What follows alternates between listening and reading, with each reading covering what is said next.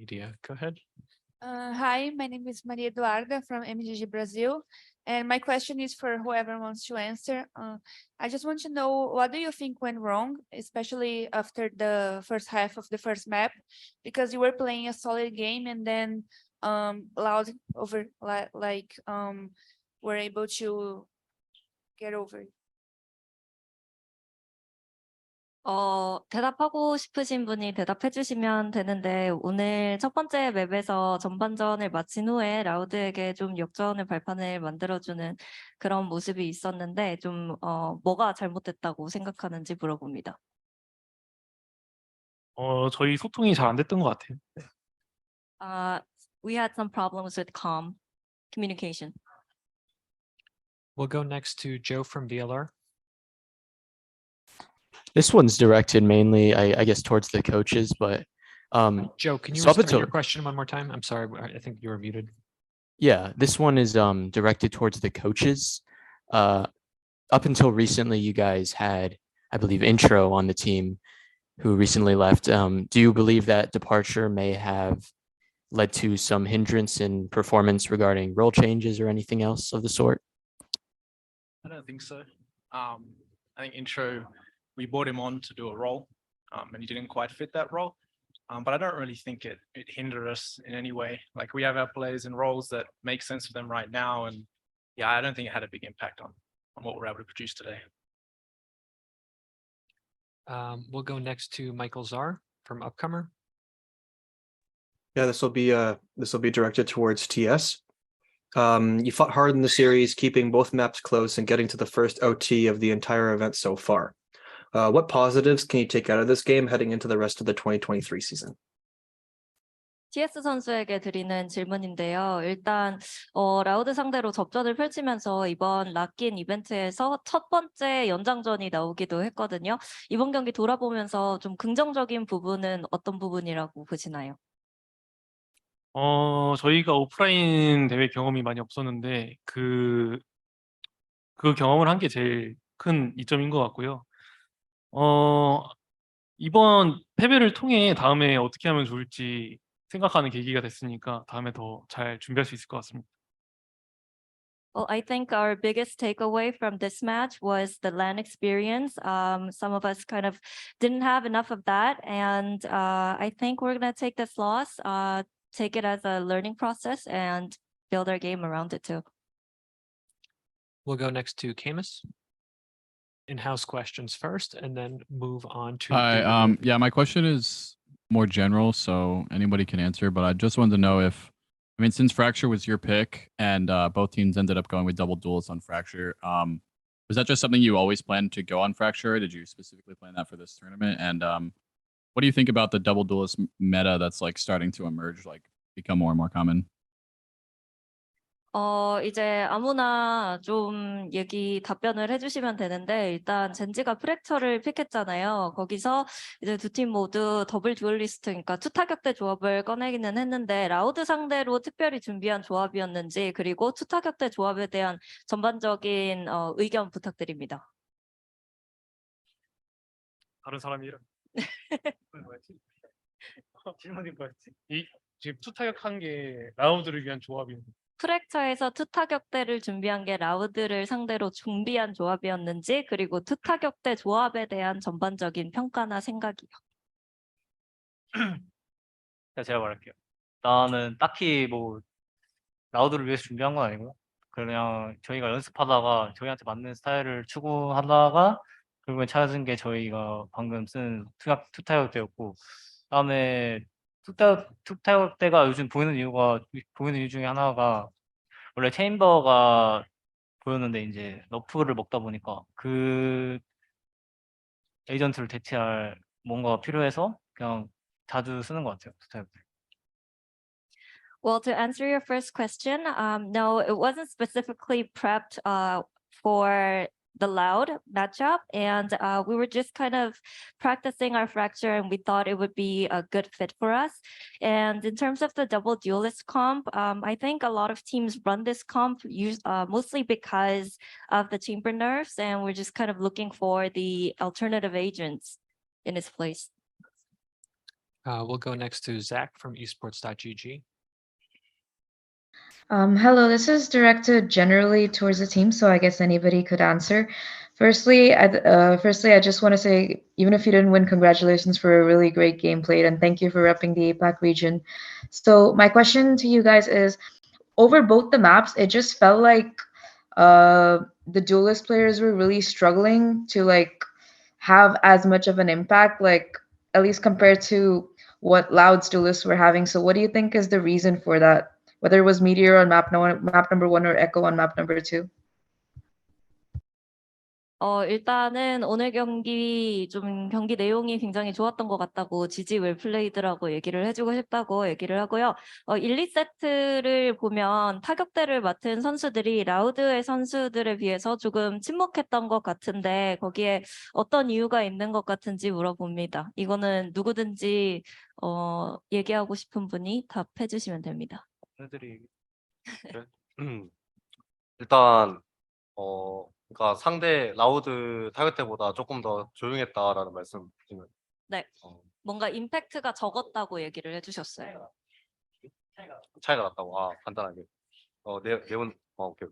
일단 제가 아무래도 원래는 척후대 라인을 서던 선수였는데 이제 이번에 프랙처만 이제 타격대를 이렇게 도전을 해봤는데요. 좀 아무래도 아직 타격대로서 이제 대회에서의 경험이 많이 적고 제 스스로 그리고 국제 대회라는 이제 좀 제가 아직 좀 긴장을 좀 했어가지고 아무래도 스크림에서 나왔던 파괴력이 조금 대회에서 잘 나오지 않아가지고 좀 타격대 차이가 좀 있지 않았나. Well, I think it's mostly because I used to play initiator agents, but just for Fracture, we tried running duelist. But I feel like I had the stage jitters since it was like it was I guess my first international LAN, and I didn't have enough experience there. And I also think I kind of needed more time practicing duelist and playing duelist at a competitive scene. So I think that's one of the reasons. We'll go to Saluji next from VLR. Hello, this is for anyone who wants to answer. So earlier in the day, Talon played the first match of a Brazilian crowd. They said that they enjoyed the experience. Did you feel the same way about the crowds here today when you played against Loud? And what did you think about the crowd in general? 아무나 또 대답해 주시면 되는데 이제 탈론이 MIBR 상대로 경기를 했을 때 관중들이 굉장히 재밌고 신선했다고 얘기를 했거든요. 또 젠지 선수들은 이번 관중들 어떻게 느꼈는지 궁금하다고 합니다. 일단 브라질 홈 경기다 보니까 당연히 이제 거기다 솔직히 브라질에서 제일 큰 구단인 라우드 팀에서 경기를 한 거니까 사람들이 거의 풀 관중이었는데 그냥 예상대로 일단 좀 많이 시끄러웠고요. 근데 좀 아쉬웠던 게 이겨서 좀 우리들한테 마음을 돌릴 수 있게끔 하고 싶었는데 그걸 못해서 되게 아쉬운 것 같아요. Well, yeah, of course, we're playing against the home team and their home ground, and I think Loud fans really lived up to the team name. They were loud, but I was hoping that we could win them over by, giving them a great performance and eventually just winning this matchup. But I'm kind of bummed out that we weren't able to do that. We'll go next to Fomos. Thank you. 저는 감독님한테 질문 드리겠습니다. 팀 구성하시고 준비하면서 이제 첫 무대로 나오시게 됐는데 전반적인 평가하고 선수들 이제 지금 팀 구성이 봤을 때 이제 팀의 완성도가 어느 정도까지 올라왔는지 그리고 이제 퍼시픽 리그에서 기대하는 성적은 어느 정도인지까지 말씀해 주시면 감사하겠습니다. Well, this one's actually for you, Alma Puri. So this was the first international event with this roster, and just your general evaluation on how today went down and your expectations for the upcoming VCT and your thoughts on how well this team is performing right now. I think it was good experience for the guys. We have 3 players that have never actually even left Korea, so just to leave and play on that international stage and just get that experience playing against such a good team like Loud, I think is huge for them. We have pretty, I'd say, like high expectations for the Pacific League. I think there's a lot of room there to take wins. Obviously, DRX is a great team, but I think outside of that, there's a lot of space for basically anyone to come in and compete. So we have a lot of learning to do. We have a lot to work out and just develop, but I think we have a lot of talent and potential on this team. So if we can unlock that and work with that experience, I think we'll have a good year. 통역 혹시 필요하신가요? 네, 부탁드립니다. 네, 일단 선수들에게 좋은 경험이 됐다고 생각을 합니다. 젠지에 현재 있는 선수들 3명은 사실 한국을 벗어나서 좀 국제 무대에서 뛰어본 경험이 없었기 때문에 이번에 그런 경험치를 쌓을 수 있었던 것 같았고, 또 상대가 워낙 강팀인 라우드였는데 또 그 부분에서도 얻어가는 게 많이 있을 거라고 생각을 하고요. 그렇기 때문에 이번에 VCT가 많이 기대된다고 합니다. 사실 DRX를 제외하면 정말 누가 이겨도 이상하지 않고 뭔가 이제 승리할 수 있는 기회들이 더 많은 것 같기 때문에 치열한 리그가 펼쳐지겠지만 그래도 이렇게 선수들이 그동안의 가능성을 보여줬고 또 뭔가 더 멀리 나아갈 수 있는 힘이 있다는 걸 이번 경기 통해서 배웠기 때문에 굉장히 기대를 많이 하고 있다고 하네요. We'll go next to YH Kim. Can you hear me? Yes. Okay. 오센 임재영 기자님의 질문인데요. 킹 선수에게 질문 드립니다. 젠지의 이름을 전 세계에 알린 것 같은데 다음 대회를 위한 보완점과 각오 한마디 부탁드립니다. 솔직히 이번 경기에서 너무 실수들을 각자 많이 한 것 같아서 나는 경험을 쌓았다 생각하고 다음에는 실수를 좀 줄인다고 생각을 하고 다음에는 절대 홈 경기든 뭐든 지지 않도록 진짜 다짐하겠습니다.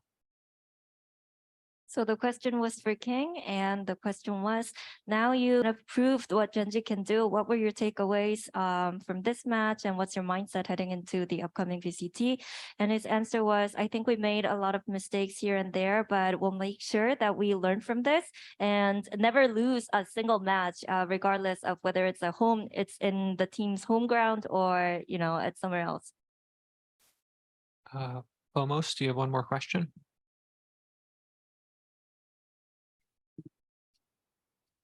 No, I think their hands was up. VLR, I believe you have one more question, unless you left your hand up. Yep.